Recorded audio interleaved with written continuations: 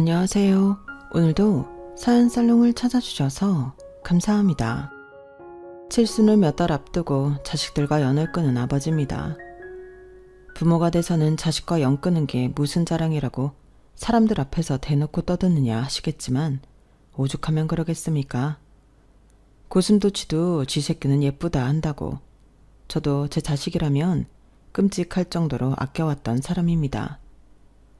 내 입에 들어갈 거 빼서 내 새끼들한테 하나라도 더 먹이고 살았고 뼈를 갈아가며 일해서 내 새끼들 공부 한 자라도 더 시키려고 노력했습니다. 그런데 그거 다 소용없는 일입디다.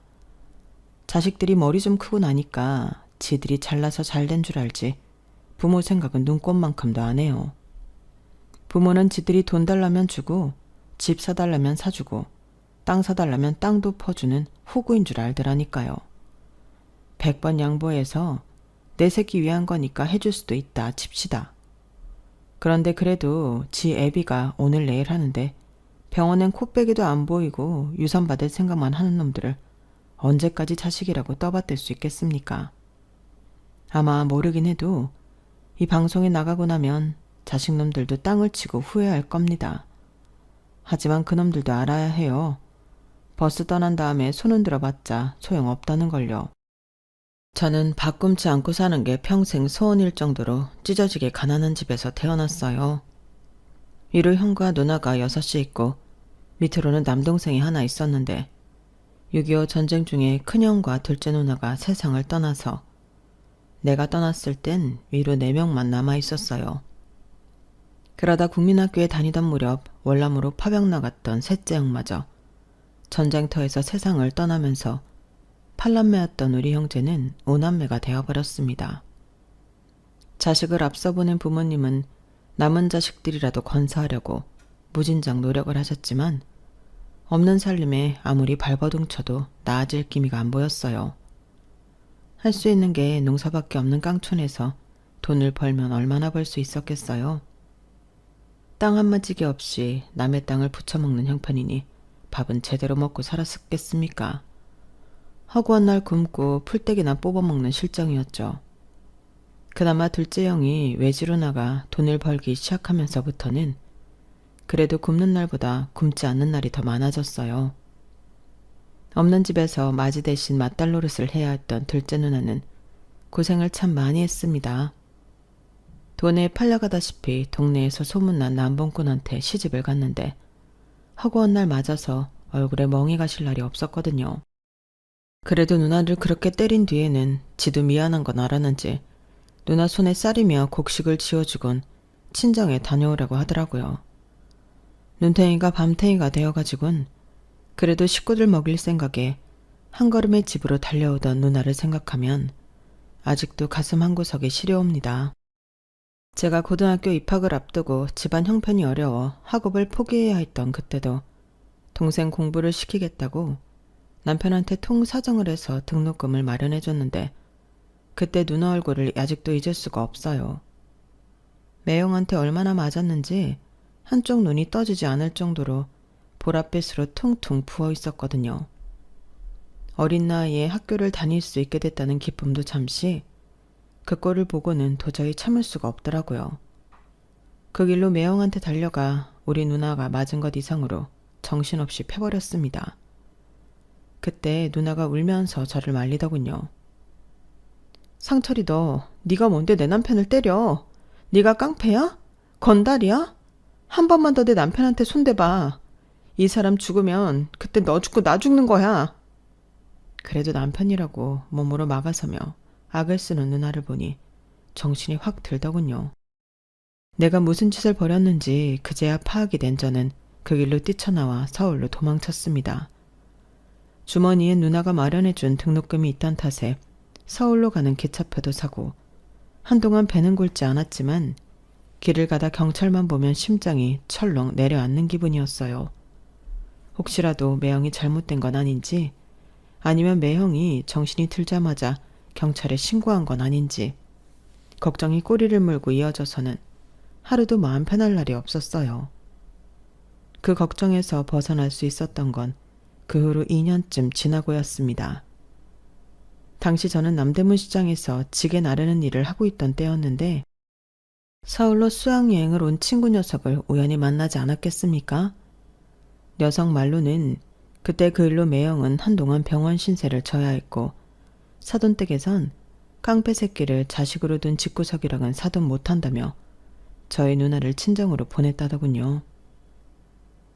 그래도 산 정이 있어서 그런가 네 매형이 니네 집까지 찾아가 다시 데려가더라. 지도 그간 한 짓거리가 있는데 어린 처남한테 맞아서 쥐어 터졌다고 조강지처를 벌이는 게 말이 되냐? 맞은 걸로 치면 네 누이가 훨씬 더 많이 맞고 살았는데. 그렇게 정리됐으니까 시간 나면 한번 집에 내려와라. 언제까지 이러고 살 순 없잖냐. 친구놈 말에 그간 가슴을 묵직하게 누르던 돌덩이가 사라지긴 했지만 그렇다고 고향으로 갈 수는 없었어요. 저 때문에 누나도 그렇고 부모님도 그렇고 그 고생을 하게 만들었는데 무슨 낯짝으로 가겠어요. 돈이라도 벌어서 밭대기라도 살 돈을 가지고 있다면 모르겠지만요. 그래서 죽기 살기로 돈을 벌었습니다.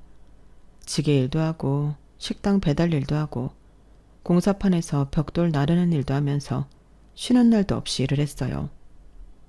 오죽하면 주변에서 어린 놈이 돈독이 올라 저런다는 말을 했겠어요. 그래도 저는 돈 좀 모아서 누나한테 받은 등록금도 돌려주고 우리 가족 부쳐먹고 살 땅떼기 좀 살 수 있다면 이 한 몸 으스러져도 상관없다고 생각했어요. 하지만 근 10여 년 만에 돌아온 고향은 정말 많은 게 변해 있었어요. 그렇게 길을 쓰고 돈을 모았는데 정작 고향에 내려갔을 땐 누나는 이미 죽고 없었거든요. 평생 고생만 했지 병원에도 한번 못 가본 누나는 무슨 병인지도 모른 채 시름시름 앓다가 세상을 떠났다고 했어요. 매형네 선선 한기퉁이에 쓸쓸하게 놓인 둘째 누나 묘 앞에서 한참을 목 놓아 울었습니다. 못난 동생이 이제야 누나한테 은혜도 갚고 서울 구경도 시켜드리려고 했는데 돌아올 수 없는 강을 건너시다니. 지난 10여 년 동안 발버둥 치며 살았던 그 시간들이 부질없게만 느껴졌어요. 돈 벌어서 은혜 갚겠다고 서울에서 아등바등 할 시간에 고향에 내려와 누나한테 사죄하고 밥이라도 한 끼 함께 먹을 걸 그랬다는 뒤늦은 후회가 들었어요. 둘째 누나는 제게는 엄마 같은 존재였거든요. 제가 7살 무렵 어머니께서 세상을 떠나셨는데 그때 이후로 둘째 누나는 제게 있어 엄마나 다름없었어요. 씻기고 먹이고 재우고 그걸 다 둘째 누나가 해주었으니까요. 그래서인지 둘째 누나의 죽음은 다른 형제들의 죽음과는 또 달랐어요. 제 마음의 한구석을 도려낸 것처럼 쓰리고 아팠거든요.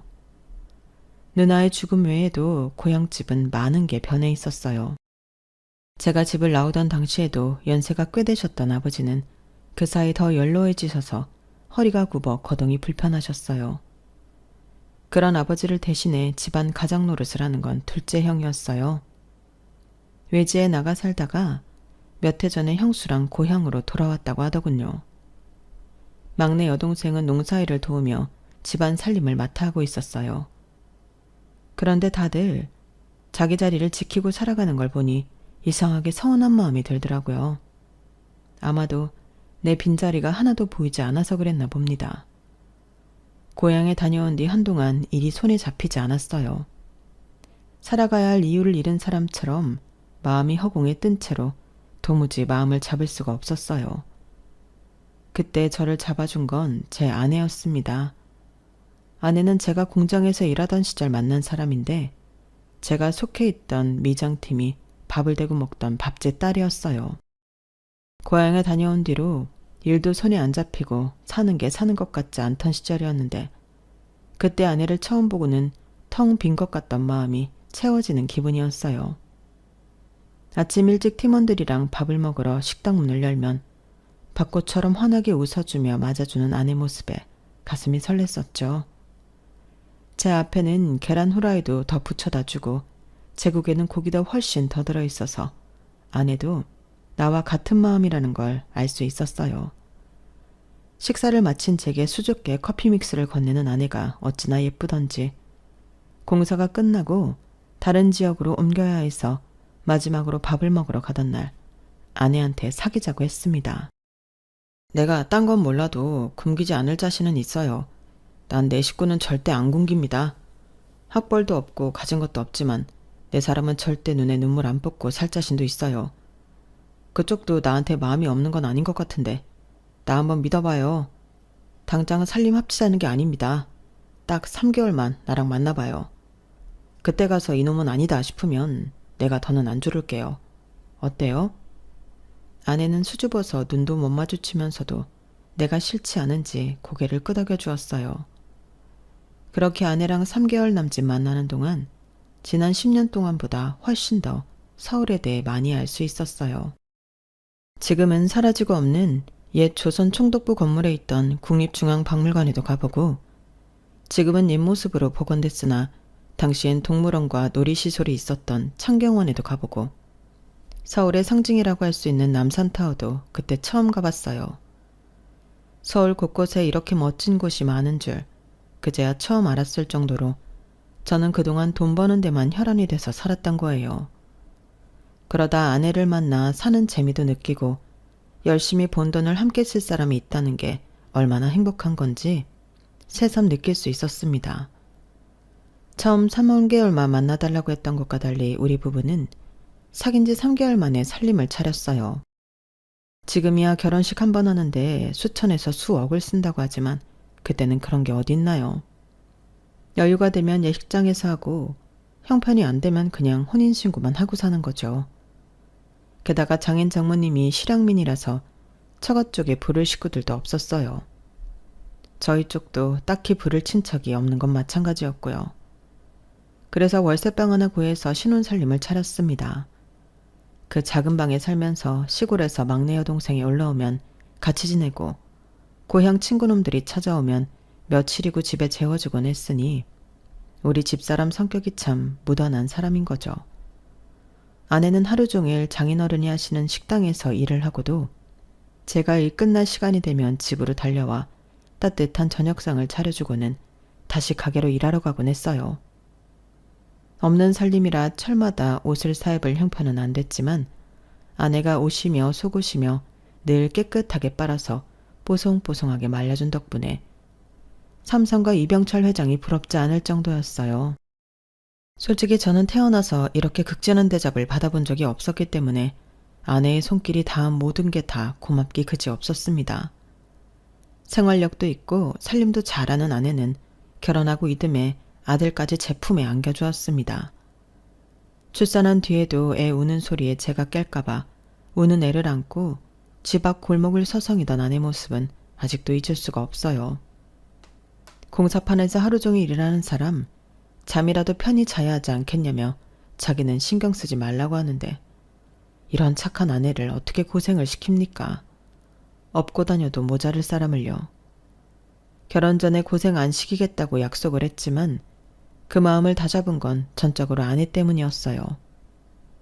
남들 쉴 때도 내 몸 한 번 더 움직여서 몇 푼이라도 더 버는 게 내 아내를 고생에서 벗어나게 하는 유일한 돌파구다 생각하고 정말 돈에 미친놈처럼 죽어라 이래서 돈을 모았습니다.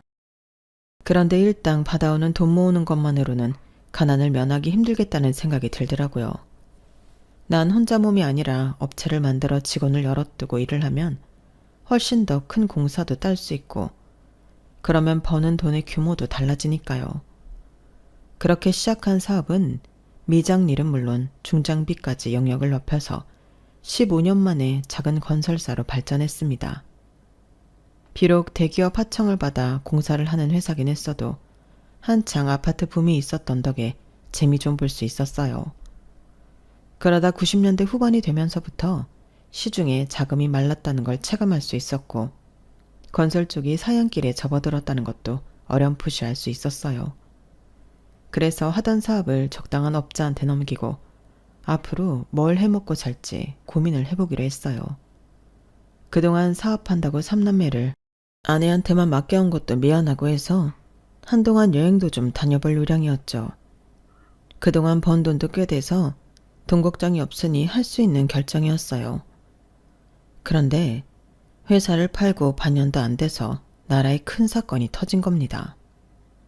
IMF 사태였죠. 건설사, 은행, 대기업 할 거 없이 하루아침에 부도가 나서 실업자가 되는 가장들이 수두룩했어요. 저도 그때 회사를 팔지 않았다면 어떻게 됐을지 모를 일이었어요. 그때 은행에 집이나 건물들을 담보로 맡기고 돈을 갚지 못해 경매로 쏟아진 매물이 한둘이 아니었어요. 현금을 보유하고 있는 사람들만이 바닥까지 떨어진 집과 건물을 헐값에 사들일 수가 있었어요. 바로 저처럼요. 새로운 사업을 하려고 은행에 넣어둔 돈으로 건물을 사고 경기가 나아지기 시작하면서 건물을 담보로 대출을 받아 또 다른 건물을 사들이는 방식으로 총 3개의 건물을 수중에 넣을 수 있었습니다. 돈이 돈을 번다는 말은 과언이 아니라는 걸 그때 실감할 수 있었어요. 그런데 모든 일에는 일장일단이 있다고 평생 땀 흘리고 일해서 돈을 벌던 제가 너무 쉽게 재산을 불리게 되자 생각지도 못한 일들이 생기더라고요. 이전까지 연락도 뜸하던 형제들과 친인척들까지 그렇게 연락을 하는 거예요. 그 중에는 작은 매형도 있었어요. 상철이 너 기억나냐? 네가 날 개패듯이 해서 내가 죽다 살아났잖냐. 남이라면 병원비에 위자료까지 죄 받아냈겠지만 네 누나가 어린 놈 인생 한번 살려달라고 그렇게 빌어서 내가 꾹 참고 봐줬다. 너 그거 잊으면 안 된다. 도대체 뭔 말을 하려고 죽은 누나까지 들먹이나 싶었어요. 그래, 어디 한번 짓거려 봐라 하고 듣고만 있었더니 드디어 본론을 털어놓더라고요. 우리 민수가 이번에 버섯 재배를 해보겠다고 하는데 농협에서 대출도 안 되고 아주 죽을 맛이다. 애비가 되어선 자식이 큰맘 먹고 일 좀 해보겠다는데 도움도 못 주고 내 체면이 말이 아니다. 그래서 말인데 네가 돈 좀 만들어 보내라. 서울서 빌딩도 3개나 가진 놈이 설마 돈이 없다고는 하지 않겠지? 이럴 줄 알았습니다. 역시나 돈이더라고요. 저놈이 평생 우리 누나를 개패듯이 했던 건 생각 않고 저한테 한번 맞은 건 위자료를 받아야겠다니 완전 도둑놈 심보 아닙니까? 내가 돈이 썩어나도 저런 놈한테는 동전 하나 줄 생각이 없었어요. 돈이야 있죠. 매형 말씀대로 빌딩이 3개나 있는 놈이 돈 없다 그러면 안 되죠. 그런데 딱 매형한테 줄 돈은 없네요. 매형도 자식 외에 영 끊어진 처남한테 연락해 돈 구걸하시는 거겠지만 저도요. 내 새끼들 남들 못지않게 입히고 먹이고 가르치느라 써야 돼서 남줄 돈은 없어요. 뭐? 너 지금 말 다 했냐? 내가 그때 너 감옥소에 쳐넣을 수도 있었어. 그걸 참아줬더니 은혜는 못 갚을 망정 뭐가 어쩌고 저째? 이런 배은망덕한 놈 같은 이라고? 네 누나가 내 돈 빼다가 니네 집에 퍼다 나른 게 얼만데. 그래도 내가 네 누나를 아끼는 마음이 있어서 참아왔던 건데 네 놈한테 양심이란 게 있다면 너 이러면 안 되는 거다. 양심이요? 그건 내가 매형한테 할 소리입니다. 그렇게 우리 누나를 아끼는 분이 허구 헛날 그렇게 패고 살았습니까? 누나 죽자마자 1년도 안 돼서 길목다방 정마담을 안방에 앉히신 분이 우리 누나를 아끼는 마음이 있었다고 할 수 있냐고요. 요즘 같으면 마누라 패는 놈은 그대로 교도소행입니다. 내가 지금까지 후회가 되는 건 진작에 당신을 경찰에 고발하지 않은 거라고요. 한 번만 더 내 앞에서 그 더러운 입으로 우리 누나 얘기 꺼내면 그땐 내가 가만 안 둡니다. 아셨어요? 그렇게 전화를 끊은 뒤로 조카놈이 전화해 도와달라고 통사정을 했지만 땡전 한 푼 주지 않았어요. 매형은 몰라도 조카는 누나 자식이니 그깟 사업 자금이야 대줄 수도 있었지만 그놈 하는 꼴이 여간 미워야죠. 지 엄마 제사도 안 지내는데 적어도 누나 기일에 산소는 찾아가 봐야 하는 거잖아요. 그런데 한 번을 안 찾아가더라고요. 매년 누나 기일에 산소에 가보면 벌초를 안 해서 아주 엉망인 거예요. 동네 사람들한테 물어보니 그 집 식구들은 아무도 산소에 발걸음을 안 한다더라고요. 명절에 선산을 찾을 때도 제 누나 묘에는 술도 한 잔 안 따라 놓는다니 참 매정한 인간들이에요. 매형이랑 그 부인은 그렇다 쳐도 어떻게 자식놈들까지 그럴 수가 있느냐고요. 그래놓고 나한테 외삼촌이 조카를 안 도와주면 누가 도와주냐는 소리나 하고 정말이지 할 수만 있다면 서울 근교로 둘째 누나 묘를 이장하고 싶은 심정입니다. 매형 말고도 돈 빌려달라는 전화를 수도 없이 받아왔어요. 제가 찢어지게 가난했을 때 우리 큰애가 옥상에서 떨어져서 큰 수술을 받아야 했을 때는 다들 모른 척하던 사람들이 말이죠. 그때 장모님이 금반지며 시집 올 때 가져왔던 폐물들을 팔아서 수술비를 대주지 않으셨다면 우리 아들은 아마도 이 세상 사람이 아니었을 거예요. 정작 우리 식구가 힘들 때 도움을 준 사람들은 아무 말이 없는데 어떻게 된 게 안면 몰수하던 인간들만 돈 빌려달라는 연락들을 하는 건지 잘못돼도 한참 잘못된 것 같습니다. 돈을 벌고 생활에 여유가 생기고 가장 좋았던 건 뭐니 뭐니 해도 내 새끼들이 원하는 걸 다 해줄 수 있었다는 걸 겁니다. 저는 자식이 아들 둘에 딸 하나가 있는데 셋 다 해외로 어학연수도 보내주고 막내딸은 중학생 때부터 호주로 유학을 보내서 영어를 무척 잘한답니다. 두 아들 녀석들도 중고등학교 때부터 학원에 과외까지 돈 안 아끼고 지원을 해주었고 덕분에 대학도 다들 이름 있는 대학에 보낼 수 있었거든요. 자식들이 남들이 부러워할 만한 직장에 취직해 가정까지 이뤘으니 부모로서 뭘 더 바라겠습니까? 그런데 자식이 원하는 건 뭐든 해줬던 게 어찌 보면 자식들 인생에 독이 됐는지도 모르겠어요. 이놈들이 가정까지 이룬 뒤에도 늙은 애비한테 수시로 손을 벌리니 말입니다. 제가 아내 말이라면 양잿물도 마실 놈이란 걸 아는지라 툭하면 지 엄마 통해서 돈을 요구해 오는데 이게 날이 갈수록 정도가 심한 거예요. 지 자식 교육시키는 교육비까지 나한테 떠넘기니 이거야 참. 아니 이제 하다 지 자식 유치원비까지 나보고 내라는 거야? 그럼 어떡해요. 큰애 수입으론 힘들다는데.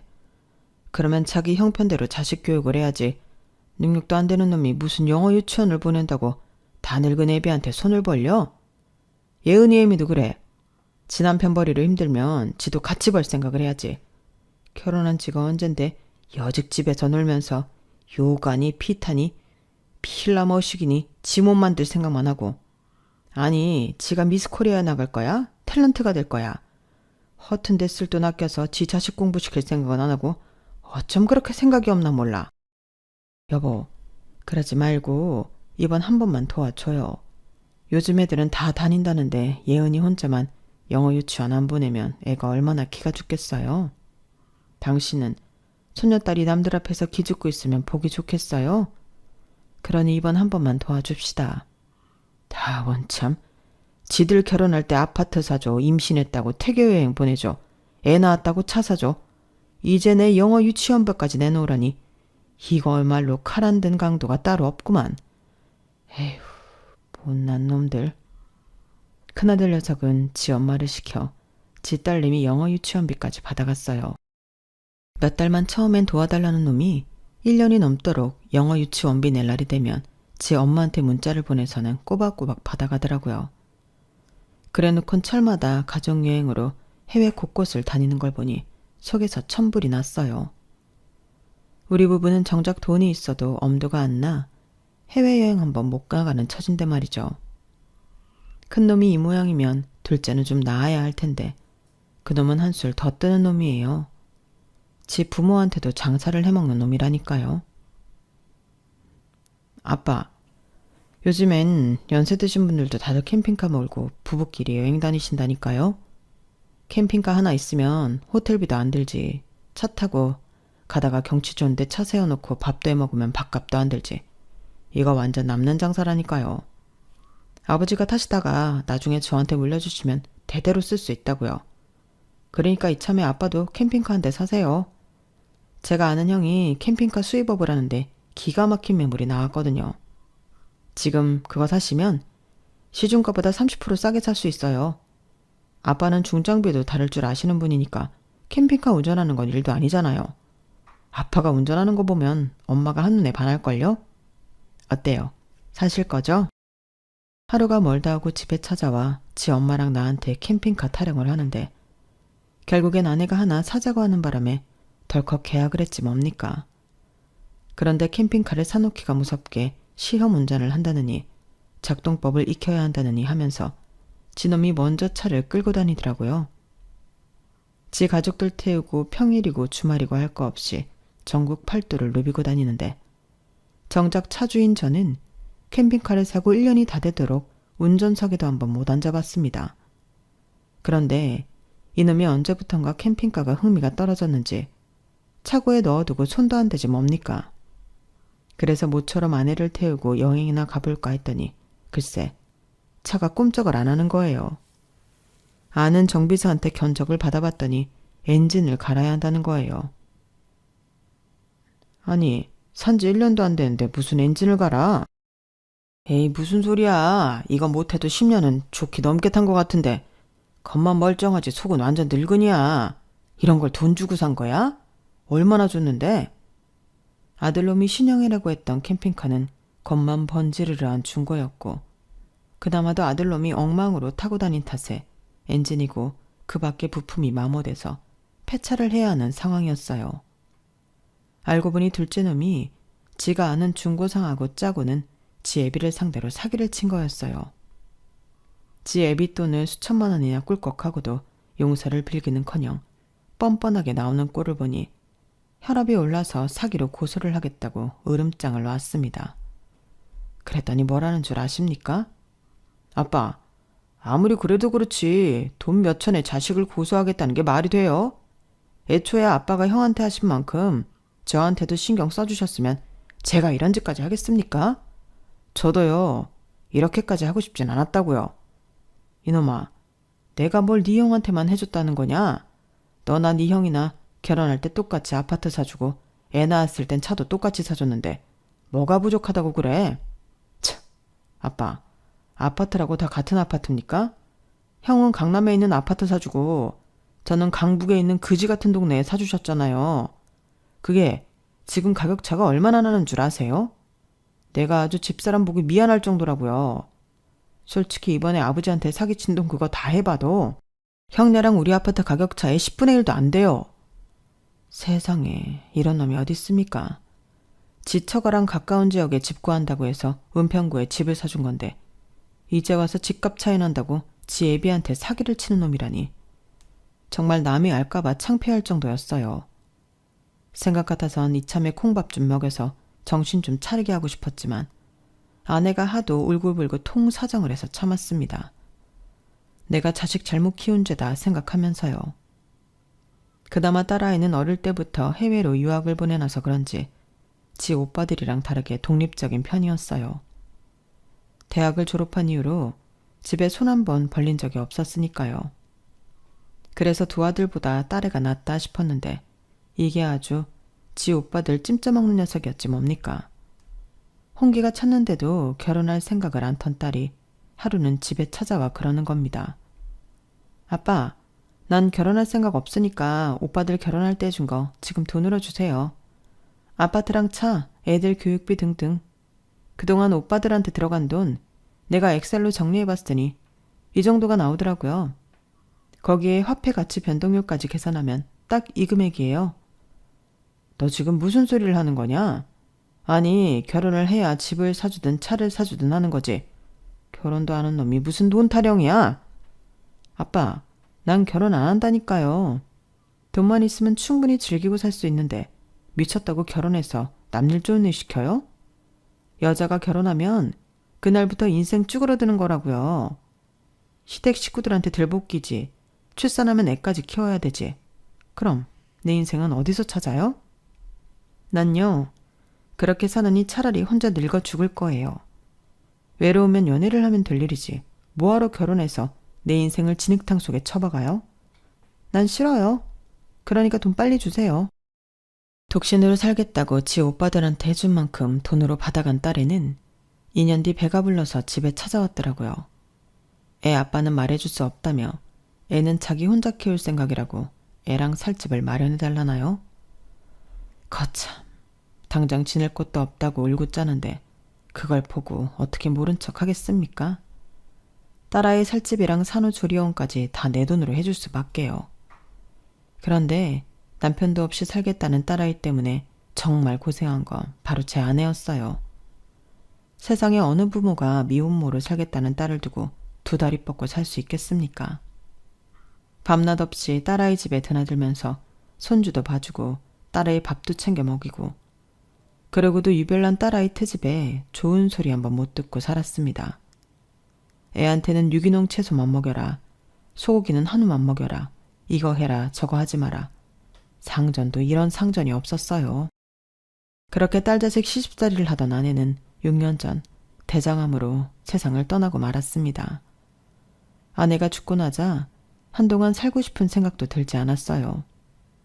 그 큰 집에 혼자 덩그러니 앉아서 하루가 가기를 기다리는 것밖에는 아무런 낙이 없었어요. 그렇게 일주일이 지나고 보름 한 달이 지나도록 저희 집을 찾는 사람은 아무도 없었습니다. 아내가 매일같이 쓸고 닦아가며 반들반들하게 광을 내놓았던 집은 어느새 먼지가 앉고 때가 타서 엉망이 되어버릴 무렵 절대로 울리지 않을 것 같던 초인종이 울렸습니다. 혹시나 자식놈들 중 하나가 찾아왔나 해서 문을 열었더니 웬 중년 여성과 낯선 청년이더라고요. 주민센터 직원과 함께 저희 집을 찾아온 청년은 근처 대학 사회복지학과 학생이라고 했어요. 다짜고짜 자기들이 도울 게 있을까 해서 왔다길래 도대체 어떻게 알고 우리 집에 찾아왔느냐고 했더니 제가 사는 아파트 상가 마트 주인이 알려줘서 왔다더라고요. 어르신께서 매일 라면 만드신다고 아파트 상가분이 그러시더라고요. 사모님이 돌아가신 지 얼마 안 됐다고 들었어요. 그러고 보니 아내가 세상을 떠난 뒤로 입맛도 없고 딱히 해먹을 줄 아는 것도 없어서 매일같이 마트에서 라면을 사다 먹었더니 그걸 보고 주민센터에 연락한 모양이더군요. 내 자식들도 나 몰라라 하는 판에 이웃이 라면만 먹는 걸 보고 주민센터에 대신 도움을 청해주다니 그래도 아직은 인정이 있는 세상이다 싶었어요. 어르신, 제가 도와드릴 테니까 인터넷으로 돌봄 서비스 신청을 하세요. 그래야 정식으로 도움을 받을 수 있어요. 젊은 청년은 자신이 들고 온 전자기기를 꺼내 저 대신 독거노인 돌봄 서비스를 신청해 주었어요. 그리고는 그날 이후 민석이라는 청년은 매일같이 우리 집에 찾아와 밥은 먹었는지 필요한 건 없는지 물어가며 집 청소도 도와주고 저를 데리고 근처 공원으로 산책도 가주곤 했습니다. 처음엔 청년의 방문이 불편하기만 했던 저도 조금씩 청년과 서스럼 없이 지내게 되었고 그러는 사이 청년은 대학을 졸업하고 정식으로 사회복지사가 되었어요. 자기 관할구역이 아님에도 매일같이 출퇴근길에 찾아와 말벗도 해주고 같이 밥도 해먹는 사이가 되었죠. 도대체 어떤 부모 밑에서 가정교육을 받고 자랐길래 이리도 바르게 자랐나 싶어 하루는 부모님은 뭐 하는 분이냐고 물었더니 부모님이 안 계세요. 태어나자마자 시설에 버려졌거든요. 아니, 그럼 내 코가 석잔데 남을 돕겠다고 그런 일을 한다는 거야? 아이고 참, 민서가 누가 누굴 돕는다고 그래. 기껏 힘들게 공부를 했으면 남들보다 잘 살 궁리를 해야지. 어르신, 저 잘 살고 있어요. 후원자분들 도움으로 대학도 다녔고요. 이렇게 사회복지사도 됐잖아요. 제가 지금 이렇게 한 사람 몫을 하고 살 수 있는 건 다 후원자분들과 국민들 세금 덕분이에요. 그러니 제가 받은 거 이제는 저도 갚고 살아야 할 거 아닙니까? 민석이 말을 듣는 순간 망치로 머리를 한 대 맞은 기분이었어요.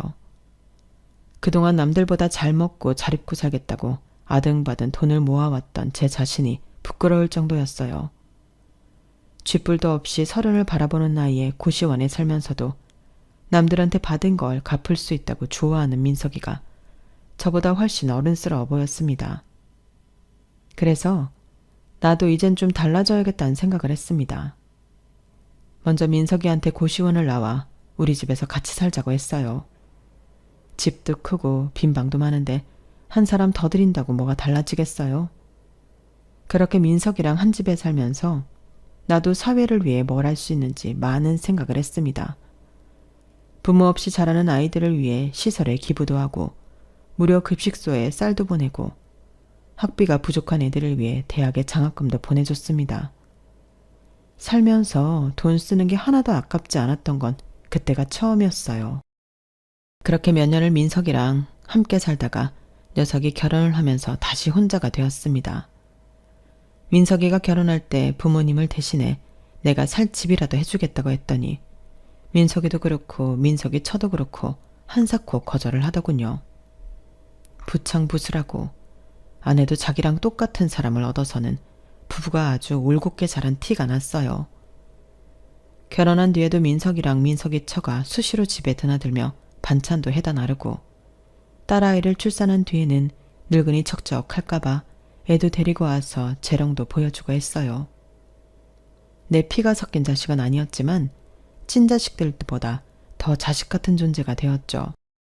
덕분에 저는 인생의 황혼기에 또 다른 즐거움을 느끼며 살 수 있었습니다. 하지만 세월은 이 늙은이 몸을 하루가 다르게 갉아먹었고 결국 병원 신세를 지게 됐어요. 신장은 말기라더군요. 이미 암으로 아내를 떠나보낸 경험이 있던 터라 얼마 못 살 거라는 건 짐작할 수 있었어요. 그래서 민석이를 시켜 자식들한테 연락을 했더니 웬일로 자식놈들이 득달같이 병원으로 달려왔더라고요. 그런데 내가 입원해 있는 병실로는 오지 않고 죄다 주치의방으로 달려갔다는 거예요.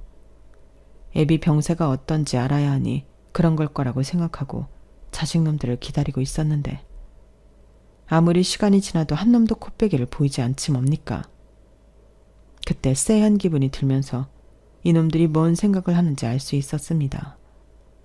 이놈들이 병원에 찾아온 건 지 애비가 걱정돼서가 아니라 언제 죽느냐가 궁금했던 거라는 걸요. 보다 못한 민석이가 큰애한테 전화를 했더니 지금 바쁘니까 나중에 전화하라며 끊더랍니다. 수화기 너머로 들리는 소리가 시끌벅적한 게 무슨 파티라도 하는 것 같더라고요. 둘째랑 막내딸 목소리도 간간히 들렸는데 얼핏 들어보니 내가 죽으면 빌딩을 하나씩 나눠 갖자는 그런 얘기를 하는 것 같았어요. 지 애비가 암에 걸려 오늘 내일 하는 판에 유산 받을 생각에 파티를 벌이는 자식들이라니. 이런 걸 그동안 내 등골 빼가며 키웠다는 게 그렇게 후회가 될 수 없었어요. 그래서 변호사를 불러 유언장을 만들었습니다. 그리고는 서류 정리가 다 끝난 그날 자식들을 불러 유언장을 공개했어요. 변호사 전화를 받고 병실로 달려온 자식들은 제가 이미 죽은 줄 알고 있었는지 병실에 들어와 멀쩡한 나를 보고는 귀신이라도 본 표정들이더라고요. 놀랄 거 없어.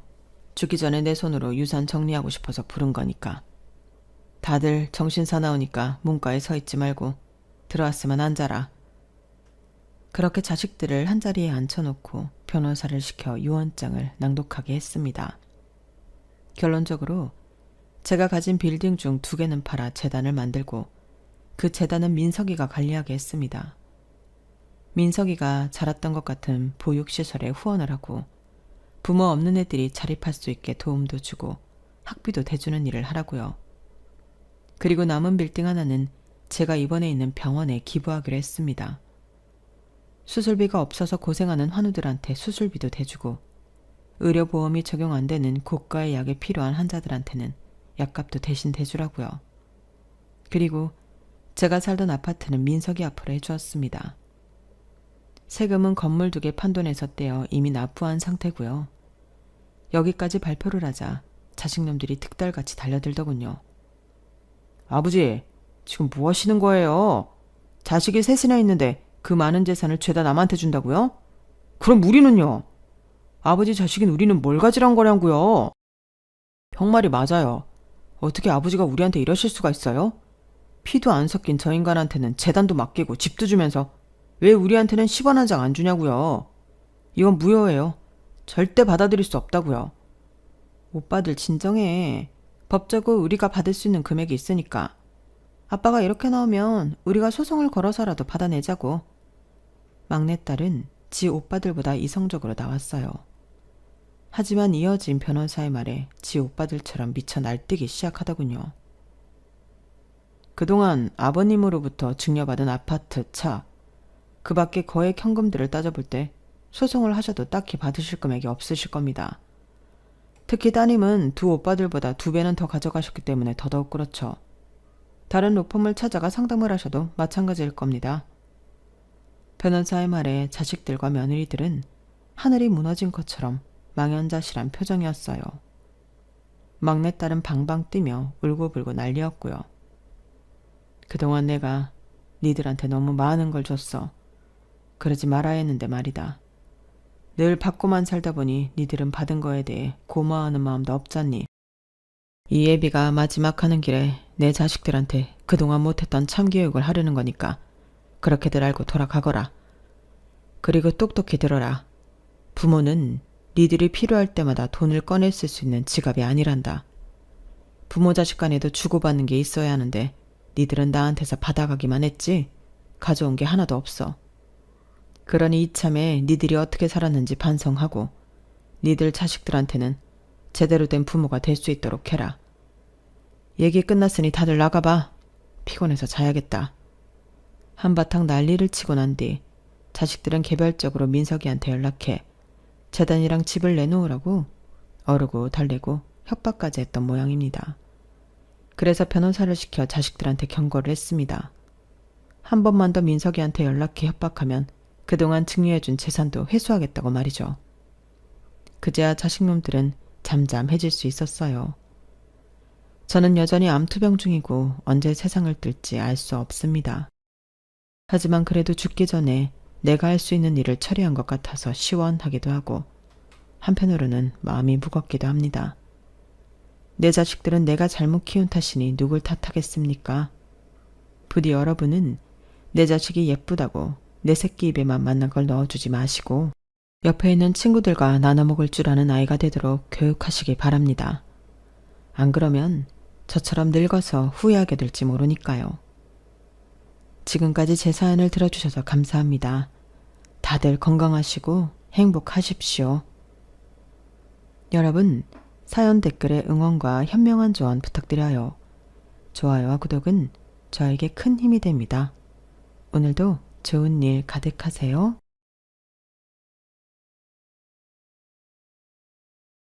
안녕하세요. 오늘도 사연 살롱을 찾아주셔서 감사합니다. 저는 황당한 일을 겪고 이혼을 한 40대 여성인데요. 시간이 좀 지났지만 그래도 그때 일을 떠올리면 여전히 화가 명치까지 치닫는 터라 이렇게 사연을 신청하게 되었어요. 모든 이혼 사유 중에 좋은 일로 헤어지는 부분은 없겠지만 저의 경우는 참 억울한 일에서 비롯되어 이혼까지 하게 되었는데요. 흔히 요즘 젊은 부부들은 효도는 각자 알아서 한다고 하던데 저는 그 의견에 대찬성입니다. 저도 나이가 아주 많은 편은 아니지만 그런 생각을 하지 못했거든요. 며느리니까 시어머니도 내 어머니라고 생각해 신경을 쓰는 게 도리라고 생각했는데 그게 시간이 가면 갈수록 저한테는 너무 힘들었어요. 뭐 좋은 소리라도 들었으면 모르겠는데 시어머니는 며느리인 제가 당신 아들이 벌어오는 돈을 앉은 자리에서 쉽게 까먹는다고 생각하셨어요.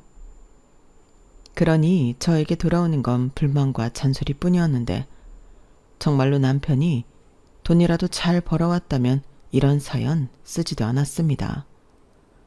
저희 남편은 쥐뿔도 없는 사람이었거든요. 하지만 워낙에 자기 체면을 중시하는 남편기 살려주려고 첫 단추를 잘못 끼웠더니 죽 서서 개주는 꼴이 되었고 평생을 그렇게 살 수는 없었기에 저는 이혼이라는 결정을 할 수밖에 없었어요. 그들에겐 제가 복덩이였는데 그걸 전혀 모르더라고요. 아니, 모르는 건 그래도 참아줄 수 있었는데 시어머니는 자기 아들 덕에 제가 호강한다는 생각을 버릴 생각이 없더라고요. 거기에 더 나아가 제가 당신 아들 등에 빨대를 꽂았다고 생각해 저와 저희 엄마에게까지 무례하게 짝이 없게 행동하셨어요. 아, 정말 그건 못 참겠는 거 있죠. 그래서 저는 남편의 체면이고 뭐고 사실을 모두 까발려 버릴 수밖에 없었는데요. 저도 제 살 길을 찾아야 했으니까요.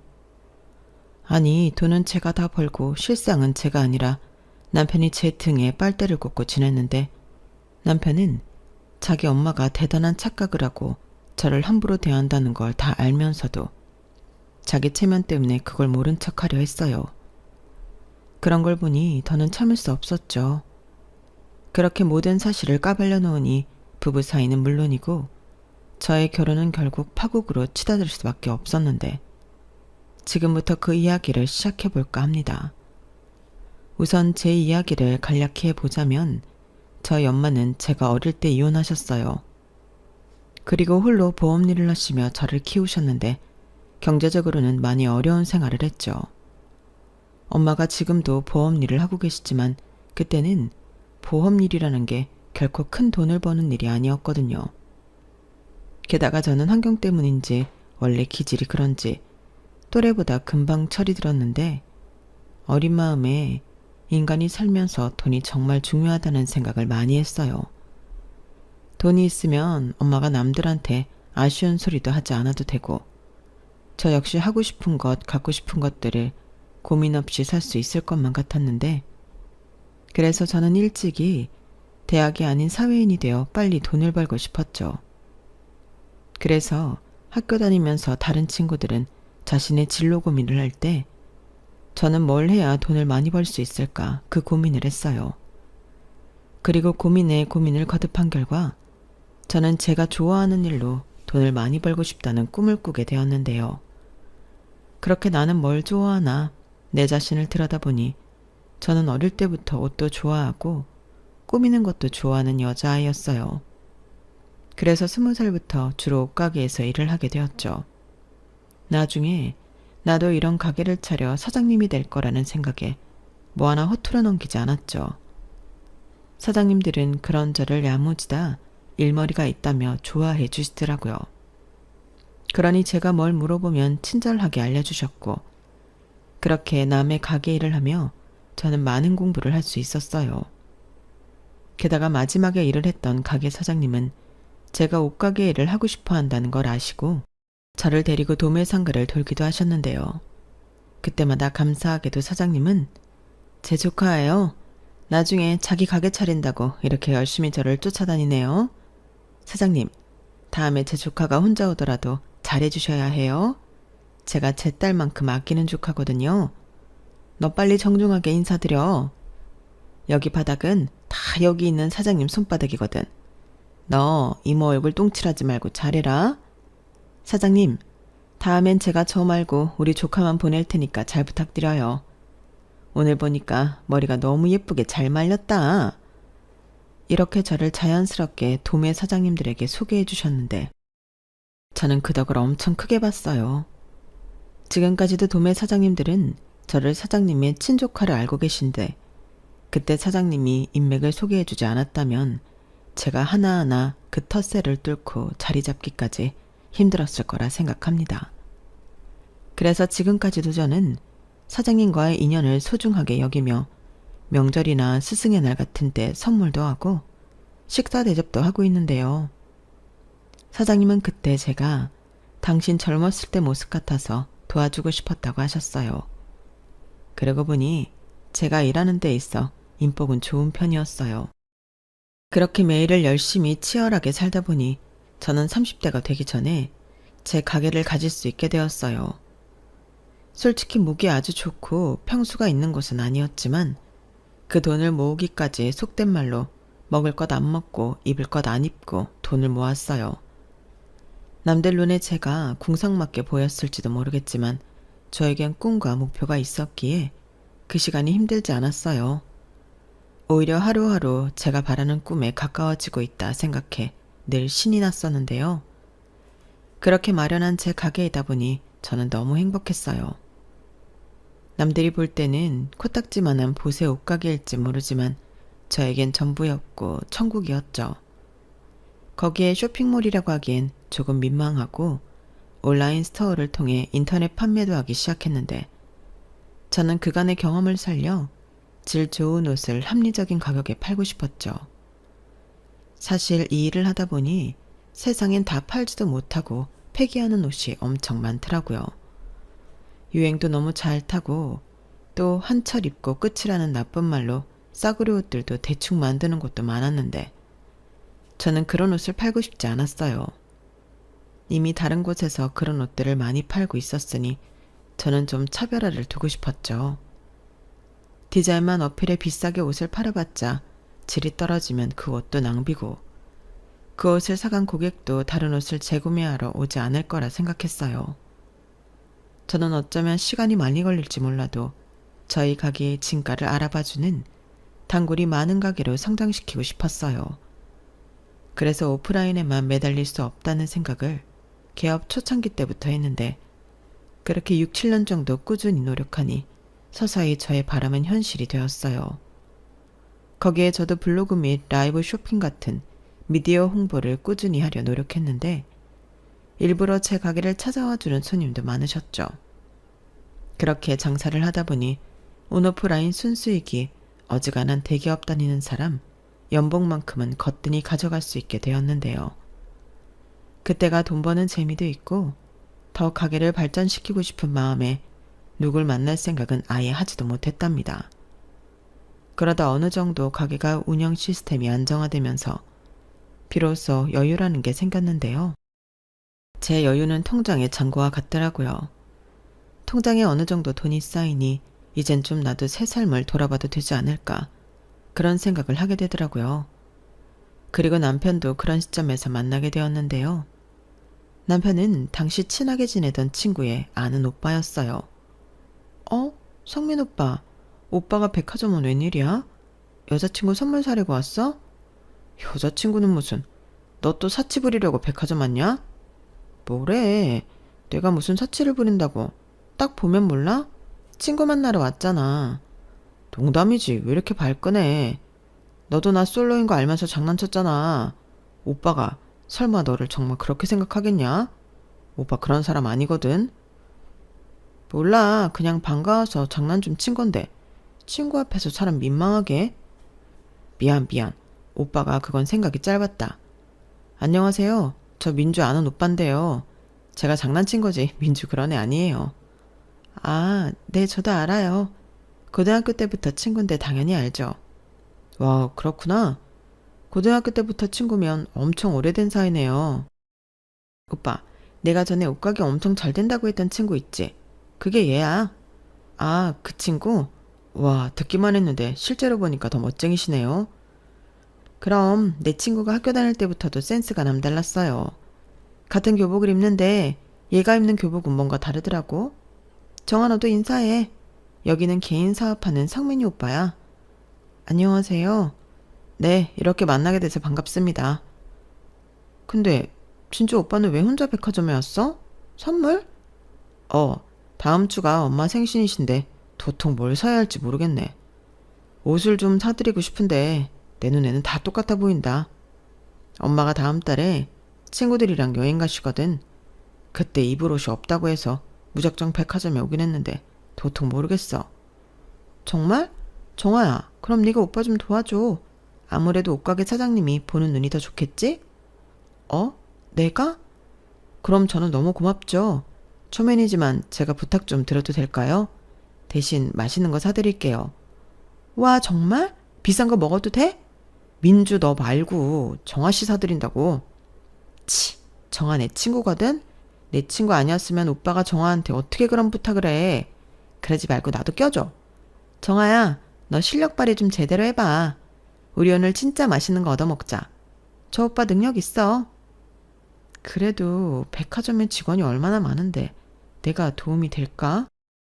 직원이랑 정아씨는 다르죠. 그러지 말고 부탁 좀 드릴게요.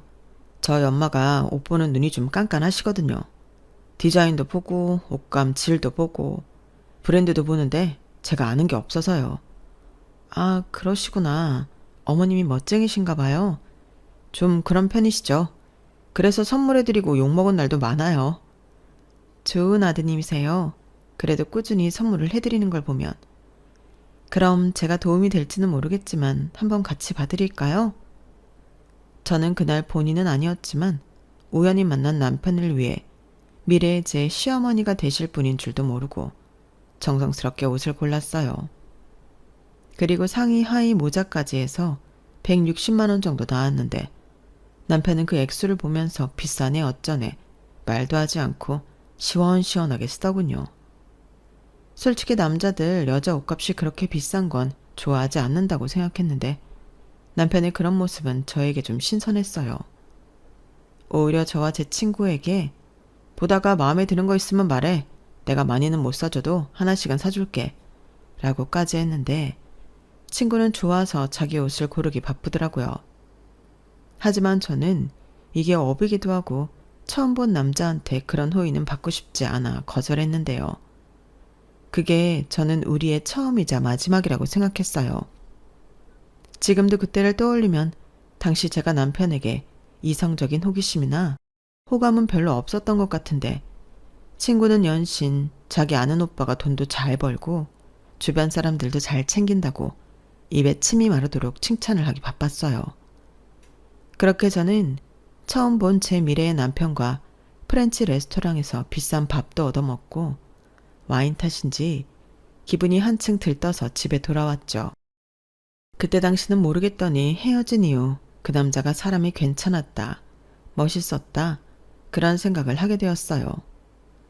그리고 그런 일이 있고 정확히 일주일 뒤에 남편이 제 가게에 찾아왔는데요. 그때는 경황이 없어 깜짝 놀랐어요. 하필이면 그때가 택배 보내는 날이라서 아침부터 일이 많아 정신이 없는 날이었는데 그래서 제 꼬라지가 말이 아니었거든요. 아침 일찍 가게에 나온 터라 세수만 겨우 하고 옷도 편한 옷에 머리도 상투트로 올리듯 바짝 올려 묶었는데 그런 모습으로 남편과 재회를 하다니 쥐구멍이 있으면 숨고 싶은 심정이었어요. 하지만 남편은 일하는 제 모습이 멋지다고 저를 칭찬해 주었고 가게 위치를 그때 백화점에서 봤던 친구에게 들었다고 했는데요. 남편은 헤어지고 나서 제 생각이 많이 났다며 갑자기 저에게 남자친구가 있느냐고 물어봤어요. 그러고는 얼굴이 금방이라도 터질 것 같이 새빨개졌는데 자기도 염치 없지만 용기를 내서 찾아왔다고 수줍게 말하더라고요. 지금 생각해보면 참 멋대가리도 없는 대시였는데 저는 남편의 수줍어하는 모습에 귀엽다고 생각했어요. 그리고 그날 시키지도 않았는데 택배 보내는 일부터 가게 일을 도맡아 처리했고 그날 이후 남편의 꾸준한 애정 공세가 시작되었는데요. 가랑비에 옷이 젖는다고 간식 사다 주고 힘든 일 있으면 슈퍼맨처럼 나타나 뚝딱 처리해주는 등 저는 점점 남편에게 빠지게 되었어요. 그리고 그때 만난 친구의 말처럼 남편은 능력도 있어 보였는데요. 같이 다니면 제가 돈이 없는 것도 아닌데 제 돈은 일절 쓰지 못하게 하더라고요. 어허, 오빠랑 있을 때는 지갑 꺼낼 생각도 하지 마. 내가 설마 여자친구 만나면서 돈 쓰게 할까? 라고 했는데 그 모습이 저는 자신감이 있어 보이고 좋았어요. 남자가 없어서 궁상 떠는 것보다 그게 설령 다른 사람 눈에는 허풍이나 허세처럼 보일지라도 저는 돈을 쓸 때는 시원하게 쓰는 게 더 멋있다고 생각했거든요. 그리고 연애하면서 이야기를 자주 나누다 보니 남자친구는 이남 중 차남으로 위로 형이 있다고 했어요. 형보다 자기 어머니에 대한 효심이 지극하더라고요. 저도 홀어머니 밑에서 자랐고 남편 역시 아버지가 병으로 돌아가셔서 홀어머니 밑에서 자랐는데 그래서일까요? 저희 두 사람은 자기 엄마에 대한 생각이나 마음이 비슷해서 대화가 잘 통했어요. 그렇게 연애를 2년 조금 넘게 했는데 특별하게 싸운 기억도 없었고 남편은 제가 당신의 천생연분이라며 하루라도 빨리 결혼하고 싶어 했죠. 제가 당시 엄마와 살다 따로 나와 지내고 있었는데 청약이 당첨되어 기다리던 아파트가 완공이 되었거든요. 그리고 청약 받았을 때부터 그 집이 완공되면 엄마랑 둘이 살아야겠다 생각하고 있었는데 제가 연애 중이라는 걸 알고 있던 엄마는 제 아파트에 들어가지 않겠다고 완강하게 말씀하셨어요. 이유는 뻔했죠. 뭐하러 나까지 그 집에 들어가니? 너 시집 가야지. 그 아파트에 신혼살림 차려도 되고 아니면 팔아서 더 큰 집 가. 엄마는 지금 사는 집이 편하고 좋아. 어차피 혼자 사는데 이 정도면 딱이지. 라고 하셨는데 저는 엄마에게 그 아파트를 주고 시집을 갈 생각이었거든요. 기껏 어렵게 청약받아 돈까지 다 냈는데 시집 간다고 홀랑 팔아버리고 싶진 않았어요. 그러다 이 사실을 알 리 없던 남편의 프로포즈를 받았고 저는 고민할 수밖에 없었는데요. 그런데 남편의 말이 지금 수금이 밀려서 묶인 돈 때문에 한 2년은 월세에 살아야 한다고 하더라고요. 그럼 결혼을 아예 2년 뒤에 하면 되지 않겠냐고 하니 우리 엄마가 장가가라고 하도 난리셔서 형은 장가가서 애까지 있는데 나만 장가 안 가고 나이만 먹는다고. 올해까지도 안 가면 선 봐서 며느리 드린다고 하는데 내가 정한 너를 두고 어떻게 딴 여자를 만나? 그건 있을 수도 없는 일이지. 라고 했는데요. 그 말을 듣는데 괜히 조급한 마음이 들었어요. 막말로 내가 집이 없는 것도 아닌데 괜히 사랑하는 남자를 딴 여자한테 뺏길까 묘한 질투심이 났죠. 저는 그게 제가 똥 밟는 건 줄도 모르고 내가 아파트가 있으니 그럼 월세 말고 그 집을 신혼집으로 하자고 말했는데 남편은 정말 몰랐다며 깜짝 놀라며 좋아하더군요. 대신 자기가 생활비는 아주 넉넉히 주겠다고 큰 소리까지 쳤는데 실상은 아니었어요. 무슨 사업이 돈이 계속 묶이는지 남편은 신혼 때부터 저에게 아쉬운 소리만 하더라고요. 게다가 남편이 상견례하기 바로 전 부탁한 게 하나 있었는데요. 자기 엄마가 물어보면 제 아파트를 반반씩 해서 구입한 공동명의라고 말을 해달라 하더군요. 아마 우리 엄마는 당연하게 우리 신혼집을 내가 샀을 거라고 생각하실 거거든. 그런데 공동명의도 아니고 자기 집이라고 해봐. 아마 엄청 실망하실 거야. 그래서 그러는데 부탁 좀 해. 남편은 사실 저에게 말하지 않은 게 있다며 진지한 얼굴로 이렇게 말했어요. 사실 있잖아. 나는 형한테 컴플렉스가 있어. 형은 공부도 잘하고 지금 공기업에 다니고 있거든. 형수도 중학교 영어교사고. 그래서 엄마가 형에 대한 애정이 남달라. 그런데 나는 아무리 노력해도 공부는 도통 잘하지 못했고 대학은 수도권 4년제 나오긴 했지만 형이랑 늘 비교당했지. 직업도 그래. 지금이야 내가 사업해서 돈도 제법 벌고 생활비에 용돈 드리고 있어서 이젠 나를 달리 보지만 내가 사업하기 전에는 엄마가 나는 쳐다도 보지 않았어. 근데 내가 정한 너랑 결혼하는데 네 아파트에 들어간다고 해봐. 나를 또 형보다 못한 자식으로 생각할 거잖아. 라고 하는데 솔직히 이해는 가지 않았죠. 결혼하는 마당에 자기 엄마가 자기한테 실망을 좀 하면 어떤가요? 우리만 잘 살면 될 일인데 남편은 평생 차별받고 살았기 때문에 앞으로는 그러고 싶지 않다고 했어요. 거기에 형까지 요즘은 자기를 달리 보고 인정도 해주는데 자기 사업이 요즘 좀 힘들다는 걸 알면 다시 자기한테 한심하다느니 답이 없다느니 그런 소리를 할 것 같아 의식이 된다고 하더라고요. 그때 당시 남편의 사업은 좀 힘들다고 했는데 워낙에 그동안 벌어놓은 것이 있어 자기는 극복할 수 있다고 했어요. 그런데 자기 가족들은 그런 건 하나도 안중에 없고 눈에 보이는 결과만 본다며 아마 저도 자기 형수랑 비교를 당할 수 있다고 저도 하지 않는 걱정을 한가득 했는데 저는 오히려 그 모습이 짠하더군요. 남이라고 할 수는 없지만 다른 사람을 의식해 스스로 피곤하게 사는 거잖아요. 하지만 제가 사랑하는 마음이 커서인지 얼마나 어릴 때부터 받은 상처가 크면 저럴까 측은하게 느껴졌는데 그래서 저는 알겠다고 했어요. 정말로 명의를 공동명의 해달라는 것도 아닌데 말이야. 사랑하는 남자를 위해 해줄 수 있다고 생각했던 거였죠. 하지만 그건 제 고생의 길의 서막이었는데요. 결혼 후 저는 남편의 엄청난 거짓말에 강한 배신감을 느껴야만 했거든요. 그 거짓말이 뭐냐면 남편은 내시당초 자기 사업을 하는 사람이 아니었는데요. 그냥 작은 사업체의 직원이었어요.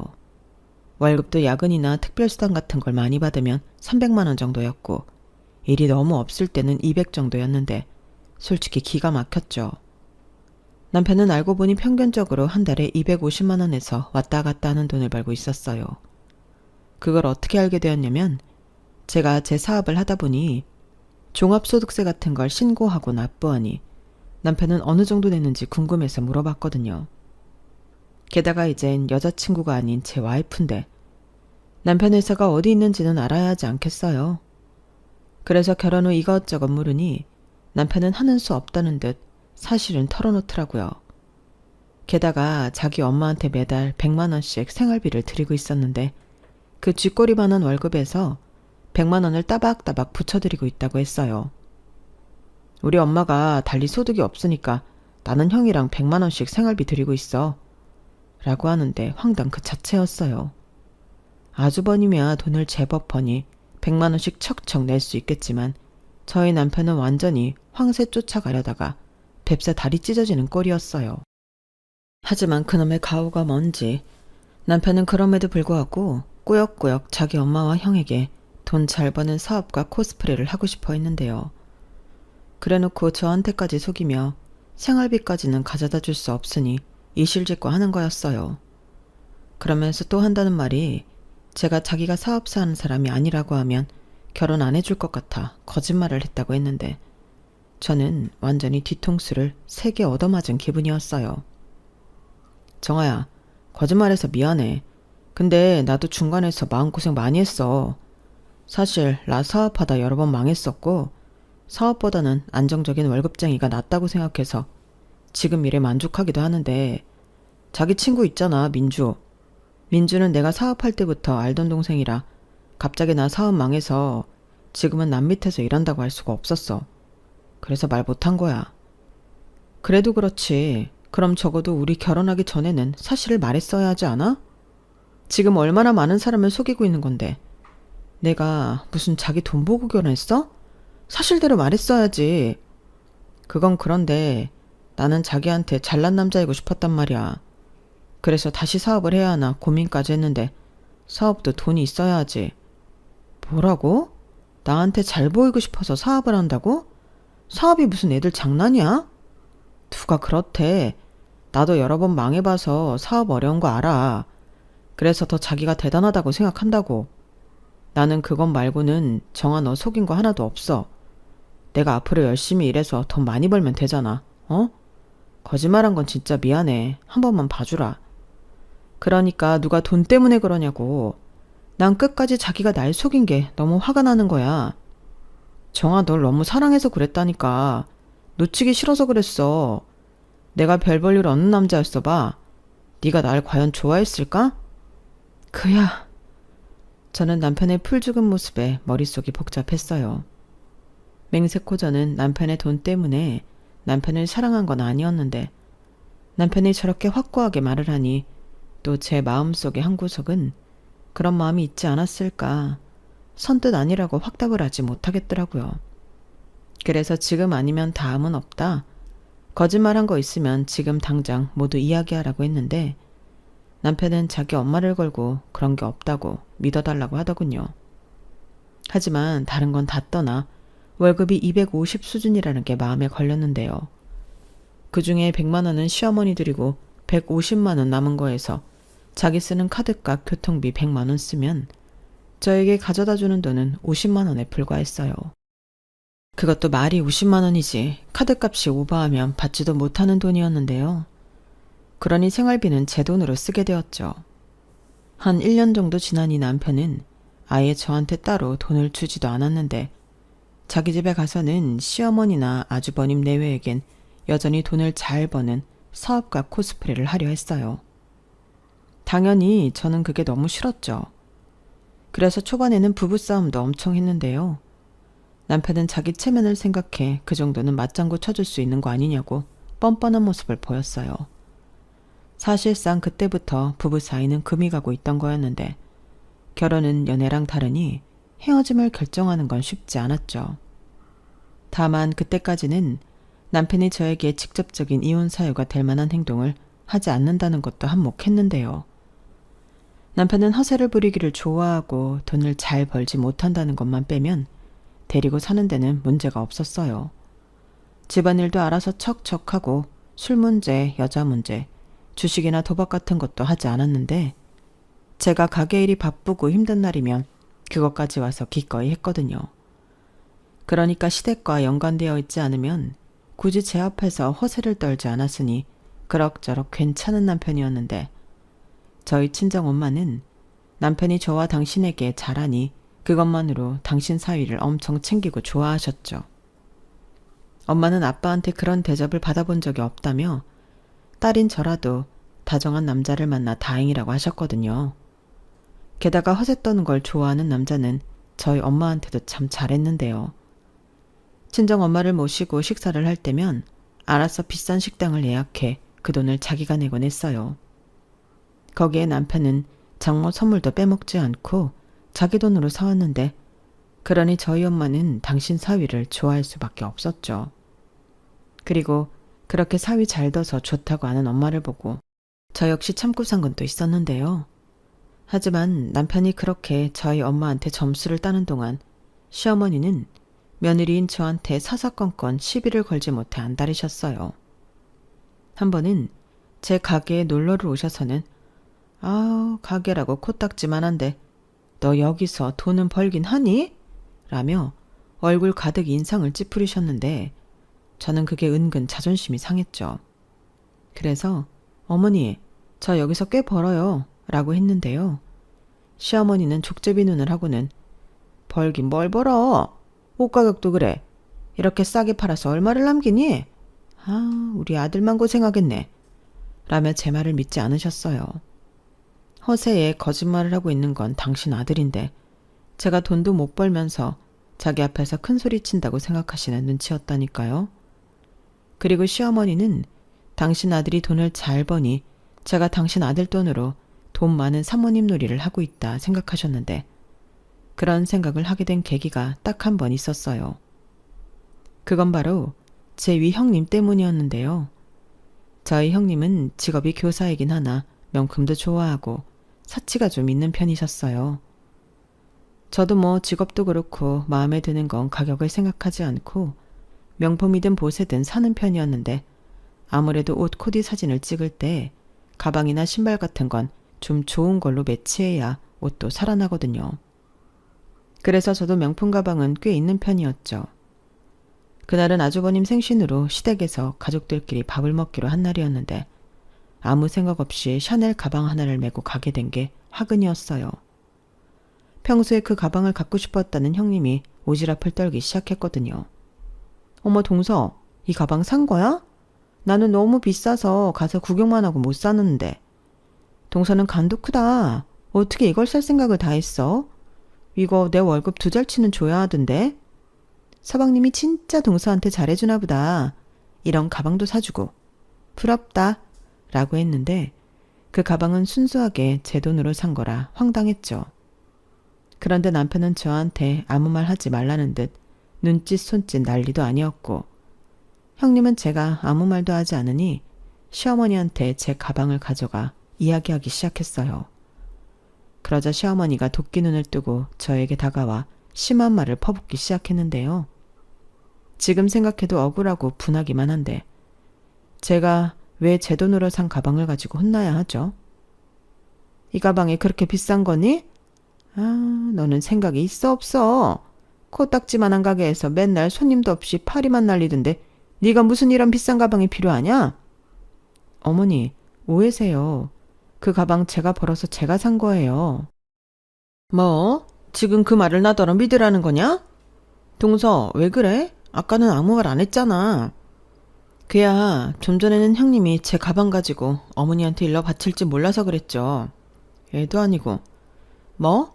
동서 지금 말 다 했어? 나는 그냥 가방이 예쁘니까 어머니도 한번 보시라고 한 것 뿐이지. 저더러 그 말을 믿으라고요? 그리고 그 가방 진짜 제 돈으로 산 거 맞아요. 원하시면 제가 카드 내역 보여드릴게요. 됐다. 네가 긁고 그 돈을 우리 아들이 갚아줬겠지. 너는 고졸이라 그런지 그런 말을 해도 뭐 그렇게 허술하니? 이래서 내가 고졸 며느리는 보고 싶지 않았던 거야. 뭐라고요? 엄마 그만해. 갑자기 여기서 학벌 얘기가 왜 나와? 우리 정아 집 평점 때문에 대학 못 간 거지. 공부 못해서 그런 거 아니거든? 그리고 그 가방도 우리 정아가 산 거 맞아. 형수, 뭘 그런 거 가지고 일을 크게 만들어요. 누가 사면 어때요? 아니 도련님, 야, 너 지금 네 형수한테 뭐라고 하냐? 나도 뭐라고 하나는 그래, 내 와이프인데 보아하니 재수씨 감사하려고 하나 본데 그런 건 니네 집에 가서 해. 괜히 내 생일에 분위기만 망쳤잖아. 저는 아주버님의 말에 속에서 천불이 끓었어요. 이 분위기를 처음 망치기 시작한 게 당신 부인인데 왜 저를 원망하는 건지 입맛도 떨어지고 시댁에 있고 싶지 않더라고요. 그러자 제 눈치를 보던 남편이 오늘은 날이 아닌 것 같다며 우리 먼저 일어나자고 했는데 시어머니는 저 때문에 당신 막내 아들이 그러는 거라며 제 뒤통수에 대고 불만을 이야기하셨지만 남편은 자기가 알아서 수습하겠다고 저를 데리고 시댁을 나왔어요. 그러면서 한다는 말이 미안하다는 말이 아니고 다음부터는 명품 가방 가지고 시댁에 가지 말라는 소리였는데 그냥 시댁 자체를 가고 싶지 않았죠. 그래서 저는 앞으로는 명절만 시댁에 가겠다고 했는데 남편은 한숨만 쉬었어요. 제가 꼬라지가 났다는 거였죠. 하지만 그게 꼬라지든 저는 남편의 거짓 코스프레 하는 것도 싫고 그걸 믿고 저한테 함부로 하는 그 집 식구들도 싫어. 시댁에는 발길을 끈다시피 했는데 시어머니 역시도 저보다는 당신 아들이 편하니 저한테 전화는 잘 하지 않으셨어요. 그리고 남편이 중간에서 자기 혼자 왔다 갔다 하면서 알아서 잘하고 있는 것 같아 더 신경 쓰고 싶지도 않았는데요. 그러던 중 제가 결혼하고 3년 차에 접어들었는데 친정엄마가 유방암 2기라고 진단을 받았다고 연락을 하셨어요. 빠르면 빠를수록 좋다며 당장 수술을 하자고 했다는데 엄마도 암일 줄은 몰랐다며 많이 놀란 눈치더라고요. 그래서 저도 속은 달달달 떨렸어도 겉으로는 침착하게 엄마의 병원 일정을 모두 맞춰드렸는데 다행히 수술은 잘 끝나 항암까지는 하지 않아도 된다고 하셨어요. 정말 다행이었죠. 거기에 엄마는 당신 보험이 있다며 저더러 계산할 필요 없다고 하셨는데요. 저는 자식된 도리를 하고 싶어 제가 수술비와 병원비를 모두 결제했어요. 그러면서 보험금이 나오면 그건 엄마 가지시라고 했는데 엄마는 펄쩍 뛰며 이렇게 말씀하셨어요. 보험이 있는데 뭐하러?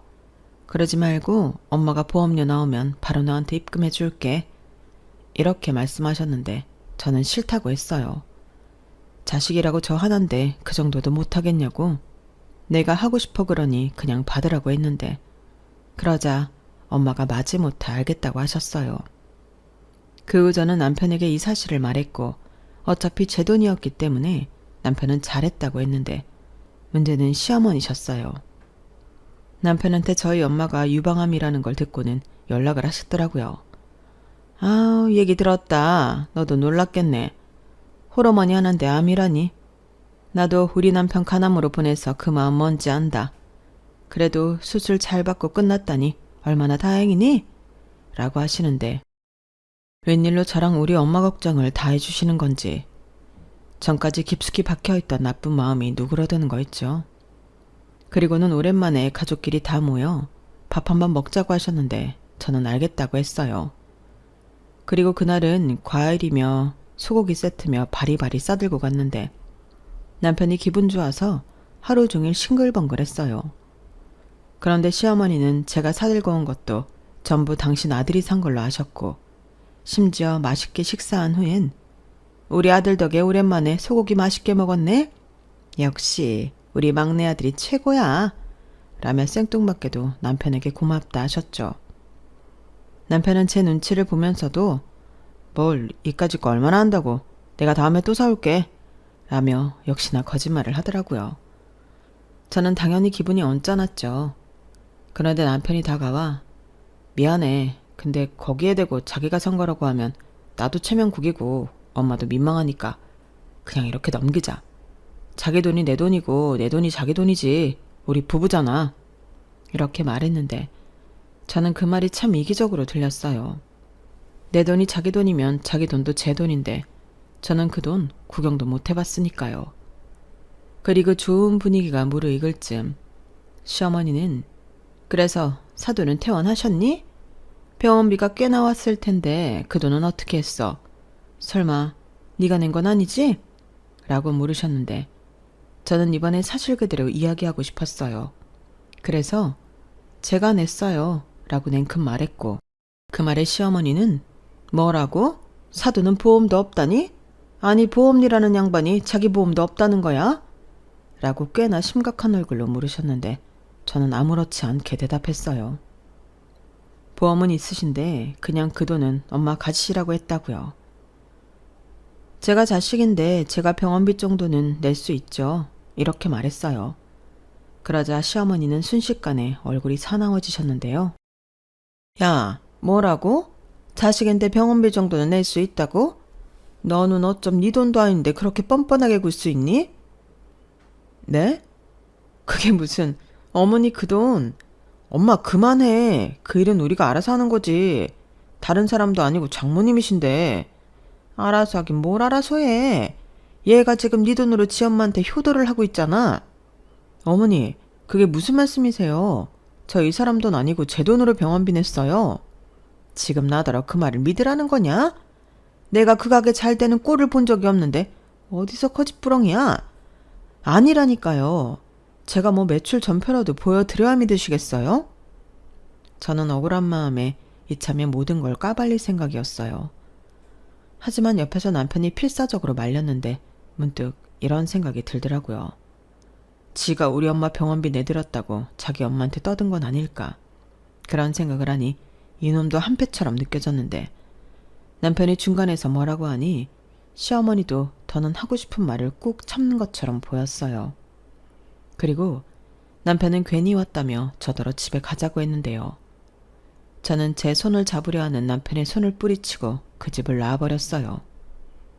그러자 제 뒤통수에 대고 시어머니가 저 싸가지 없는 것 좀 봐.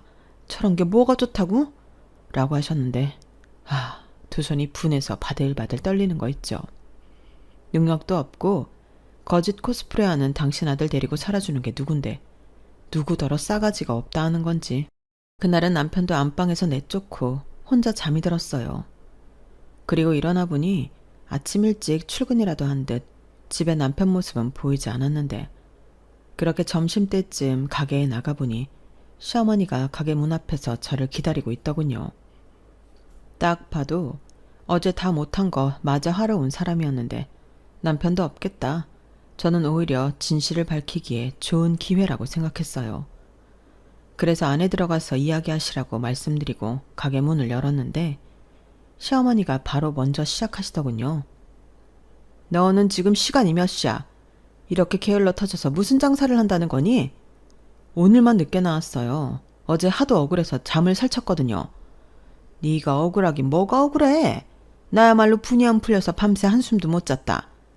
아니 너는 낯짝도 두껍지? 네 돈도 아니면서 어떻게 네 엄마한테 생색을 낼 수 있냐? 몇십만 원도 아니고 몇백을? 몇백이나 많아 제 돈이라니까요. 무슨 말도 안 되는 소리야. 너 남의 돈으로 기분 내는 거 아니다. 얘가 진짜 큰일 나래네. 안 되겠다. 너 가만히 있어. 시어머니는 갑자기 핸드폰을 꺼내더니 뭘 찾고는 바로 통화 버튼을 눌렀어요. 그러고는 네 사돈 접니다. 퇴원하셨다는 말은 들었는데 몸은 괜찮으세요? 라고 하는데 저는 진짜 깜짝 놀랐어요. 아니 거기서 저희 엄마한테 전화를 할 거라고는 상상도 하지 못했거든요. 그래서 제가 전화를 뺏으려 하니 시어머니는 도망이라도 치듯 서둘러 이야기를 이어가셨는데 저는 그때 피가 거꾸로 솟는 것만 같았어요. 다름이 아니라요. 병원비가 꽤 나온 것 같던데. 네, 그러니까요. 그렇게 많이 나왔군요. 그런데 그걸 정화가 안 받는다고 했다죠? 제가 그 말을 듣고 그건 아니라고 적은 돈이 아니니 받으라고 하고 있는 중입니다. 그렇잖아요. 자기 남편이랑 상의도 안 하고 그렇게 큰 돈을 덥석? 네. 그럼 보험금 나오면 주시는 걸로 알아도 되겠죠? 역시 사돈이랑 직접 이야기하는 게 나았네요. 감사합니다. 그럼 몸조리 잘하시고요. 부탁 좀 드려요. 어머니, 지금 뭐 하는 짓이에요? 왜 저희 엄마한테 그런 소리를? 왜긴 네가 말이 도통 통하지 않으니까 그러지. 네 엄마도 죄송하다고 어쩔 줄 몰라 하신다. 왜 부모를 부끄럽게 만드니? 진짜 너무하시네요. 제가 자식 때문에 부끄러운 게 뭔지 진짜 제대로 알려드려요? 어머니는 계속 제가 어머니 아들 덕에 떵떵거리고 산다고 생각하시죠? 그 반대예요. 어머니 아들이 지금 제 돈으로 돈 잘 버는 사업가 행색을 하고 있는 거라고요. 얘가 지금 뭔 소리를 하는 거야? 내 아들이 왜? 그리고 우리 아들은 너 만나기 전부터도 사업하고 있었어. 어디서 내 아들을 모함해? 너 괜히 이 자리에 우리 아들 없다고 거짓말하는 거지. 아이고 진짜 너무 무서운 애다. 우리 아들이 힘들게 번 돈을 지 마음대로 쓰고 다니더니 이제는 우리 아들이 네 돈으로 사업가 행색을 한다고? 너 무슨 정신병 있니? 저야말로 묻고 싶네요. 어머님은 왜 제 말은 모두 거짓말이라고 생각하세요? 그리고 하나 더 물어보고 싶은데요. 만약에 저희 엄마가 아니고 어머님이 암이라 병원비 내드렸다면 어머니야말로 그 돈 저희한테 돌려주실 수 있으세요?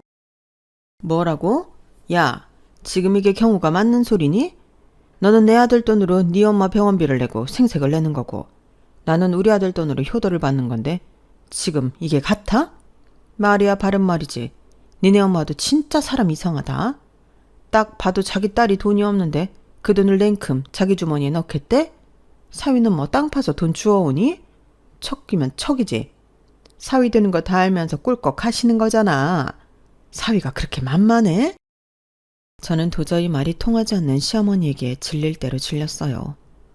그래서 더 이상 말상대를 하기보다 눈에 보이는 증거를 보여드리는 게 낫겠다 생각했고 저는 시어머니에게 그간 제가 얼마나 많은 돈을 벌었는지 장부와 인터넷 쇼핑몰 주문권을 보여드렸는데 좀 전까지만 해도 저더러 거짓말한다고 펄쩍 뛰던 시어머니는 눈이 왕방울처럼 커졌어요. 그리고는 이게 정말이니? 이 숫자가 네가 번 돈이라고? 라며 저를 놀란 눈으로 쳐다보셨는데 내친 김에 저는 저희 엄마에게도 보여드린 적이 없던 통장 잔고들을 보여드렸어요. 그리고 세게라도 박듯 이렇게 말했는데요. 참고로 지금 살고 있는 아파트도 제가 단독명이고요. 어머니 아들은 혼수만 몇 가지 해온 게 다였어요. 저는 생활비라고 받은 게 아마 다 해도 500만 원도 안 될걸요? 저도 결혼 전까지 어머니처럼 그이가 돈 잘 버는 사업가를 알고 있었어요. 저도 속아서 결혼한 거라고요. 그래도 사람은 나쁘지 않아서 참고 살았는데 이젠 어머니 때문에 못 살겠어요.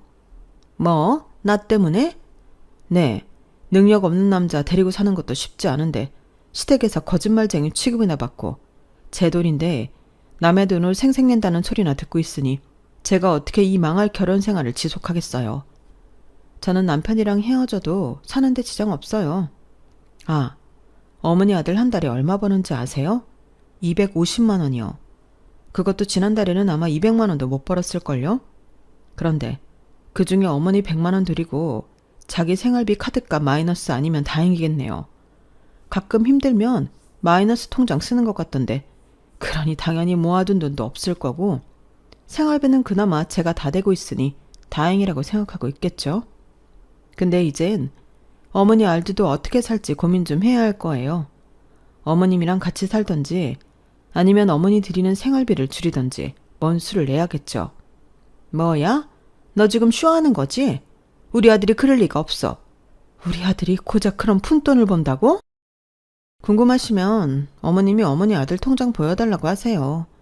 저는 그동안 자기 체면 좀 살려달라고 하도 그 사람이 부탁해서 말하지 않으려 했는데 저라고 계속 이런 오해나 받고 살 수 있겠어요? 사업? 웃긴다 그래요. 어디 이름도 없는 조그만 회사 다니면서 자기 분수도 모르고 돈 100만 원씩 따박따박 자기 엄마 생활비를 드린대요. 시어머니는 제 말에 거의 뒤로 넘어가기 직전이었어요. 그리고는 무슨 정신승리라도 하려는 건지 저더러 계속 거짓말을 한다고 하셨는데 아마 그 정도로 믿고 싶지 않은 눈치였어요. 그래서 어머님이 하도 아주버님이랑 비교하고 치사하게 차별하니까 아들이 그렇게 삐딱하게 자란 거예요. 그러니까 이건 어머님이 잘못이라고요.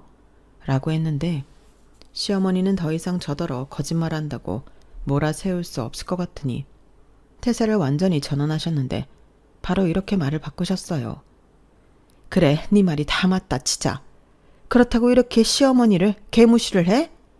가난한 집구석에 고졸인 주제에 기껏 며느리로 받아줬더니 뭐가 어쩌고 저째? 어머니 잘못이에요? 저는 시어머니의 말에 그저 웃음만 나왔어요. 사람이 자기 혼자 살겠다고 얼굴색을 저렇게 바꿀 수 있다니 어이가 없었거든요. 그래서 어차피 그때는 이혼하기로 마음을 정했기 때문에 그간 고졸 마늘이 참고 계시느라 수고가 많으셨네요. 그럼 앞으로는 원하는 새 며느리 얻길 바라고 이제 그만 제 가게에서 나가세요. 더 하실 말씀도 없으시잖아요. 라며 시어머니를 가게 밖으로 내몰았는데 시어머니는 이혼으로 협박하냐고 저더러 나도 너같이 싸가지 없는 며느리 안 보면 땡큐야 라고 하시며 당신빨로 가게를 나가셨는데 아마 나가셔서 바로 남편한테 전화를 한 모양이었어요. 정말 사업하는 게 아니고 직원이냐? 너 꼴랑 200만 원 버냐? 이런 것들을 물어본 것 같았는데요. 저녁에 집에 돌아온 남편의 얼굴엔 근심이 가득하더군요. 그러면서 저한테 실망했다며 다그치기 시작했는데 저더러 너 살려고 자길 팔았냐고 어떻게 그럴 수 있냐고 하는 거 있죠. 그동안 지 살자고 접한 건 생각도 안 하고 저런 말을 하는데 저런 놈 뭐가 좋다고 봐주고 살았나. 저는 제 지난날의 선택을 진심 후회했어요. 그리고 나 살자고 너 판 거 아니고 그게 진실이라 밝혔을 뿐이라고 이혼하자고 미리 준비해간 이혼 서류를 내밀었는데 남편은 절대 이혼 못 해준다고 제 눈앞에서 이혼 서류를 푹푹 찢어버리더군요. 솔직히 예상은 했어요. 남편한테 저는 놓치면 손해인 게 뻔했으니 순순하게 이혼해주지 않을 거라고 생각했거든요. 왜, 나 없이는 못 살 것 같지? 그 돈 벌어서 어떻게 살겠어. 근데 나도 지금처럼은 못 살아. 이혼하기 싫으면 앞으로 자기도 생활비 똑같이 우리가 관리비에 식비 뭐 이것저것 다 하면 300만 원 정도 나오는데 150, 자기 150 이렇게 내자. 뭐? 지금 나더러 생활비를 내라는 거야? 지금까지 아무 말도 하지 않았으면서? 내가 왜 일방적으로 손해보고 살아야 하는데? 자기가 그랬잖아. 거짓말한 거 미안하다고. 대신 돈 많이 벌어오겠다고. 하지 않았어? 근데 나한테 그동안 얼마 가져다 줬니? 아니, 내가 무슨 너처럼 사업을 하는 것도 아닌데 그런 큰 돈이 어딨다고. 왜? 어머니 드릴 돈은 있고 우리 생활비 줄 돈은 없는 거야? 진짜 왜 그러냐. 요즘 가뜩이나 일이 없어서 200만 원도 겨우 받는데. 그래서 나더러 언제까지 혼자 다 감당하라는 건데 생활비 안 주는 것도 이혼 사유에 해당되는 거 몰라? 자기는 잘 벌잖아. 그동안도 아무 소리 하지 않고 다녔으면서. 그래서 앞으로도 아무 소리 하지 말고 다 내라. 이 소리니? 내가 무슨 아들 키워? 됐고 그럼 성이라도 보여. 이번 달부터 어머니한테 드리는 생활비 나 주라고. 뭐? 우리 엄마 생활비를 너한테 주라고? 왜? 내가 틀린 말 했어? 아주버님이 알아서 하든 어머님이 알아서 하든 하겠지. 나랑 이혼하기 싫다며? 정아야, 이름 부르지 마. 나는 지금 뭐 속이 좋아서 이러고 있는 줄 알아? 싫으면 이혼해. 진짜 너무한다. 네가 다 까발려서 이젠 네가 원하는 대로 됐잖아. 사람이 잔인하게 꼭 이렇게까지 해야 해? 지금 생각해보니까 그동안 내가 바보 천치였어. 내 돈으로 효도하는 거 아니니까 그냥 뒀는데 자기 생색내는 일에만 목매했잖아. 다다음 달 어머니 일본 가실 때도 자기가 경비 내드린다고 했지? 어디 능력 있으면 해보라고. 나한테 손 벌릴 생각 아니었어? 그건 우리 엄마도 친구들 앞에서 체면이 있으니까. 체면 같은 소리 하네. 너도 니네 엄마도 분수에 맞게 살아. 뭐? 너 지금 말 다 했어? 왜? 내가 틀린 말 했어? 어머님이 그러시더라. 남의 돈으로 효도하면 안 되는 거라고. 그 말 그대로 하자는 거야. 싫으면 이혼해. 내가 이혼 못해서 이러는 거 아니거든? 잘 생각해 보라고. 나도 소송하게 되면 치사하게 다 받아 챙길 거니까. 저는 그날 도끼가 가득한 얼굴로 그 사람한테 말했어요. 저는 애당초 남편이랑 더 살 마음이 없었는데 그 인간이 저한테 150만 원 생활비를 주지 못할 걸 알고 하는 말이었죠. 아이도 없으니 그냥 합의 이혼하고 제 집에서 쫓아내는 걸로 끝나면 그게 제일 좋고 그게 안 되고 버틴다면 그동안 못 받은 생활비도 계산해서 받아내고 위자료까지 챙길 마음이었는데 며칠 뒤 남편은 꼬랑지를 내리고 이렇게 물었어요. 그럼 합의 이혼하면 나한테 돈 달라는 소리 안 하는 거지? 라고 하는데 저는 그렇다고 했죠. 그러니 냉큼 도장 찍고 내 집에서 나가라고 했는데 그 인간 어지간히 돈이 없긴 했는지 도장을 찍고 짐 싸서 그날 바로 나갔어요. 그때 속이 얼마나 시원했는지 알턴니가 빠진 기분이더라고요. 이혼하고 며칠 뒤 남편을 소개해줬던 망할 친구 민주한테서 연락이 왔어요. 자긴 정말 몰랐다며 이젠 이혼해서 남남이 된 그놈 근황을 이야기해주는데 제가 몰랐던 사실이 하나 더 있더군요. 그놈이 돈이 부족할 때마다 마이너스 통장 외에 소액 대출을 받아 쓴 게 있었나 봐요. 그동안도 쓰고 갚고 살았기 때문에 남의 돈 무서운 줄 모르고 쓴 것 같았는데 그놈의 체면 때문에 자기 엄마 여행 경비 된다고 대출을 더 받았다가 회사가 어려워져 해고가 되는 통에 여기저기 돈 빌리느라 정신이 없다고 했어요.